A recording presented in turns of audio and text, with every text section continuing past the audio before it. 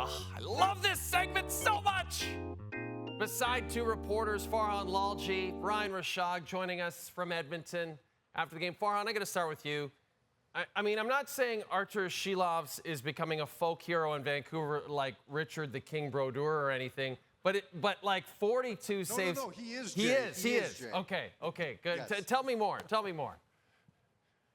Well, look, this guy is just unflappable. He's definitely becoming a folk hero. He might get Richard Brodeur status if the Canucks go on to win this series. But, you know, this is a guy that is just so affable, so easy to like. He's just so relaxed in this environment. Whether you're talking to him or watching his play, it just seems like this is who he is and this is how he deals with pressure. He was asked so many questions about people back home watching him and whether or not he understands the pressure that he's under. And he's just like, I don't think about any of that. I just think about playing. And you just look at the saves he made tonight. He was calm. He was cool under pressure.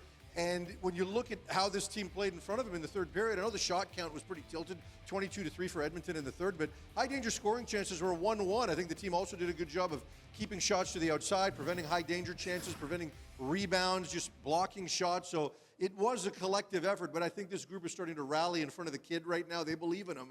And I think, you know, there's been times earlier in this series where Rick Tocchet had the chance to make a change. That's not happening now, and no one is looking down the road at Thatcher Demko potentially coming back later in this series either at this point. Now, Chris Knoblauch did make a change, Ryan, as we know, in game number 3, going with Calvin Pickard in the third period. You know, and he would not commit to Stuart Skinner for game 4, but he also said he needs to see more saves. It was interesting to hear Knoblauch actually say that in the postgame, be pretty blunt. We're not necessarily used to hearing that from Knoblauch.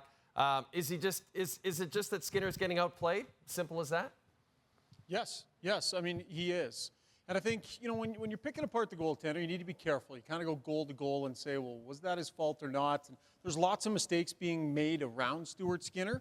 So I wouldn't say that there were goals that were just off the charts awful. Bottom line in this series, he's being outplayed by a guy with way less experience than he has. And on a night like tonight, the Oilers' best chances are being stopped, and the Vancouver Canucks' best chances are going up on the board. You look at the save percentage and the overall play, he's getting outplayed. And so now they have a decision to make moving forward, right? Like when Skinner's game kind of started going last year in the second round, he had a hard time bringing it around, and they kept going to him despite how well Jack Campbell was playing in relief. And, you know, they ended up not winning that series. And so what I'll tell you, Jay, is that Stuart Skinner, you know, the pressure is immense. And Stuart Skinner is one of the best goalies I have ever seen at coming out and being accountable and talking after losses, right, and owning his mistakes. The pressure mounting here, decided not to come and talk tonight, which is unusual for him. So the Oilers are going to have to evaluate all of these things and figure out what their move is, but probably some tough conversations here in the next couple of days.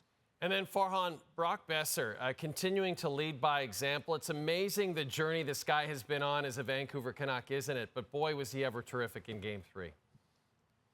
Yeah, we thought he had the hat trick, but they took one of the goals away and gave it to Elias Lindholm. But, you know, the one thing with Boeser is he's had a fantastic season, a 40-goal year, a breakthrough campaign, and he's followed it up in the playoffs. And one thing we're seeing with Boeser is that he's not afraid to go to the hard areas. And, you know, he's able to score below the dots. He's able to score while people are on top of him.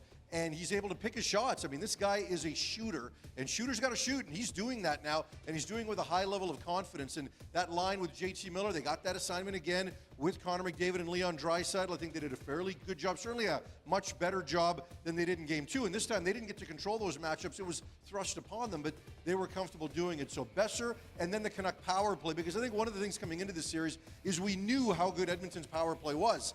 The Canucks needed to not necessarily match, but get something out of their power play so the series wasn't completely tilted at 5-on-4. Vancouver's doing that right now, and it's going a long ways. And Ryan, also, you know, in addition to the goaltending issues, some sloppy defensive play costing Edmonton in Game 3?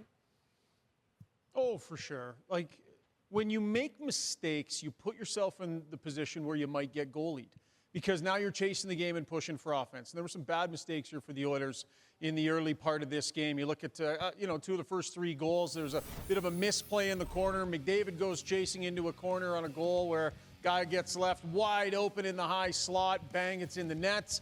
And then, of course, we all saw the turnover by Warren Foegele, which, you know, he came out after the game and completely owned that mistake and said, that's just not something that I can do. But key mistakes at critical moments, put the Oilers down and put them in a situation where they're chasing, and you just can't do that in the postseason. Generally speaking, they've done a good job of limiting these kinds of five-star mistakes, but they didn't in the early going here tonight, and they were chasing. The other thing we need to be clear on here, guys, I mean, Silovs was great, and the Oilers hit 4 or 5 posts tonight. So it's not that there was a complete lack of opportunity. I think they're happy overall with the amount that they were able to tilt the ice and generate, but they were playing from behind, hitting posts, and they got goalied.